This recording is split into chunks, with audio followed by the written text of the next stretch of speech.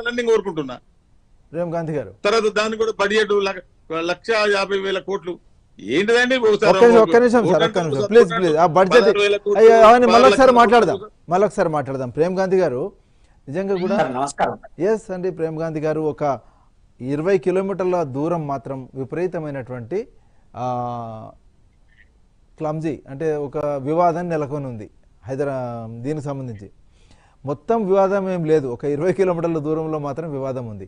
మరి ఆ 20 కిలోమీటర్ల దూరంలో వివాదాన్ని గవర్నమెంట్ ముందు ఊహించలేదా? ఎందుకు ఒక్కసారిగా ఇప్పుడు ఈ జరుగుతున్న అంశం తెరపైకి వచ్చిందంటారు? దీని వెనకాల ఏమన్నా రాజకీయ ప్రేరేపణలు ఏమైనా ఉన్నాయా? ముందుగా సివిఆర్ ప్రేక్షకులు, వివిధ పార్టీల నుంచి నాయకులందరికీ నమస్కారం. ఇక్కడ మనము కొన్ని విషయాల్ని మాట్లాడాలనుకున్నప్పుడు ప్రభుత్వం చేస్తున్నటువంటి పనులలో కొంతవరకు భారతీయ జనతా పార్టీ హైదరాబాద్ గురించి మేము స్వాగతించాం. దాంట్లో ఏమాత్రం కూడా వ్యతిరేకించినటువంటి దాఖలాలు లేవు.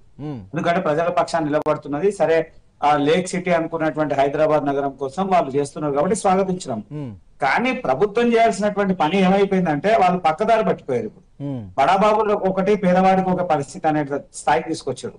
పెద్దోనికేమో నోటీస్ ఉంటుంది, పేదోనికేమో ఇంటికి జేసీపీ పోతుంది, వానికి ఏ మాట చెప్పకుండా కొట్టేస్తారు.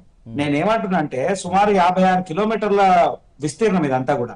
భౌగోళికంగా ఎక్కడో రంగారెడ్డి జిల్లాల చివరన స్టార్ట్ అయినటువంటి మూసీ నది ఇక్కడ నల్గొండ జిల్లాకు వచ్చే వరకు సుమారు 56 కిలోమీటర్లు ఉన్నటువంటి ప్రాంతంలో నాకు తెలిసి 23-24 కిలోమీటర్ల ప్రాంతం చాలా ఎక్కువ ఎంక్రోచ్ అయింది. దానికి కూడా ఏంటి అంటే ఆ మెహదీపట్నం, పురాణాపూల్, అఫ్జల్ గంజ్, తర్వాత గోషామాయల్ కాన్స్టెన్సీ, ఆడ నుంచి అంబర్పేట నుంచి ఉప్పలు, ఈ ప్రాంతంలో మొత్తం కూడా చాలా ఎక్కువ ఎంక్రోచ్ అయిందని మనం వింటా ఉన్నాం.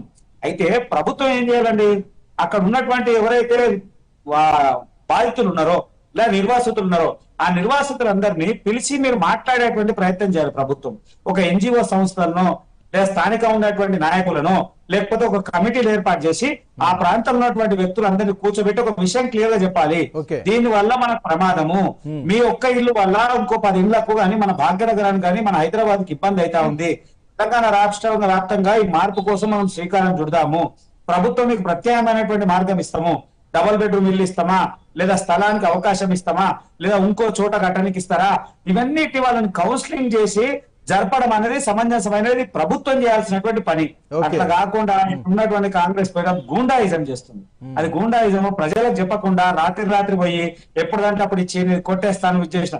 సార్, ఈ ప్రాంతంలో ఈ రేవంత్ రెడ్డి కన్నా ముందు 40-50 ఏళ్ళ నుంచి ఉన్నోళ్ళు ఉన్నాడు. అసలు మూసి గురించి ఇలా కొత్త మనం వింటలేం. అప్పుడెప్పుడు వైఎస్ రాజశేఖర రెడ్డి మాట్లాడు, మన నారా చంద్రబాబు నాయుడు గారు మాట్లాడారు, తర్వాత ఉన్నటువంటి కేసీఆర్ గారు మాట్లాడారు, ఇలా రేవంత్ రెడ్డి మాట్లాడుతుంది. ప్రక్షాళన అనేటువంటి అంశం వచ్చినప్పుడు ప్రజల యొక్క బాగోగులు చూడాల్సినటువంటి అవసరం ప్రభుత్వం ఉంది. అది చూడకుండా ఇష్టానుసారంగా చేస్తా పోతే నష్టం. ఎందుకంటే ఇవాళ మనం ఉదాహరణకు చూసుకుందాం. ఇవాళ బహదూర్పుర దగ్గర ఉన్నటువంటి అక్కడ జిహెచ్ఎంసీ కార్యాలయానికి వందలాది మంది వచ్చేసేసి మా దగ్గర సర్వే చేయదని అధికారుల మీద బెదిరింపులు చేస్తున్నారు, అధికారుల మీద ఇబ్బందులకు గురి చేస్తున్నటువంటి దాఖలాలు కనబడుతున్నాయి. అట్లనే మారుతి నగర్ గాని, సత్యానగర్ అటువంటి ప్రాంతాల్లో ఆ జేసీపీలను గాని, ప్రభుత్వ అధికారులను గాని, పోలీసు వాళ్ళని రానియకుండా వాళ్ళు కట్టడి చేస్తున్నటువంటి దాఖలాలు కనబడతా ఉన్నాయి. అరే, నేనేమంటున్నా, ముఖ్యమంత్రిని, సరే ఏ పార్టీ ఉన్నా ఏమున్నా ముఖ్యమంత్రిని గౌరవించాల్సినటువంటి బాధ్యత మనందరిపై ఉంది. కానీ సామాన్యుడు మధ్యతరగతి ముఖ్యమంత్రిని నోటికొచ్చిన బూతులు తిడుతుండు. కారణం ఏంటి? వాళ్ళు కడుపు మంట.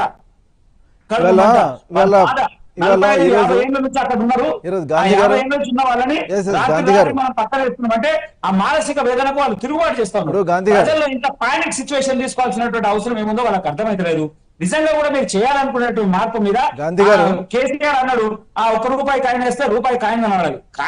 ఈయన కాయిన్ కనబడుతుందా, ఆయన కనబడదా, ఇదేదో వేరే దేశాలు పోయి అక్కడ ఉన్నటువంటి సిటీ లెక్క మారుస్తాను రేవంత్ రెడ్డి అన్నాడు. ఏది మార్చినా మీరు ప్రజలకు అవసరం ప్రజాపాలన అన్నారు. ప్రజలకు ఏడ చేస్తున్నారు పాలన?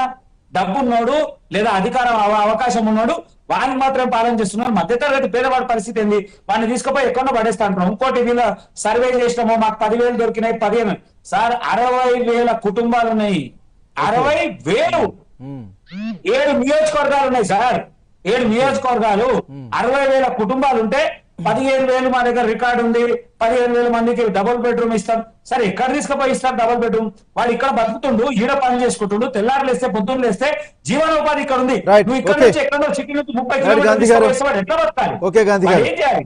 ఇవన్నీ right. బాధ్యత Right. ప్రభుత్వం మీద ఉంది. Yes. ప్రభుత్వం నిర్లక్ష్యంగా చేస్తే Okay. ప్రజలలో కాంగ్రెస్ పార్టీ మీద వ్యతిరేకత స్టార్ట్ కావాలి. Right అండి. దాన్ని ఏ మాత్రం తేడా లేదు. రైట్ డాక్టర్ గణేష్ గారు నమస్తే. సార్ నమస్కారం సార్. ఎందుకు ఈ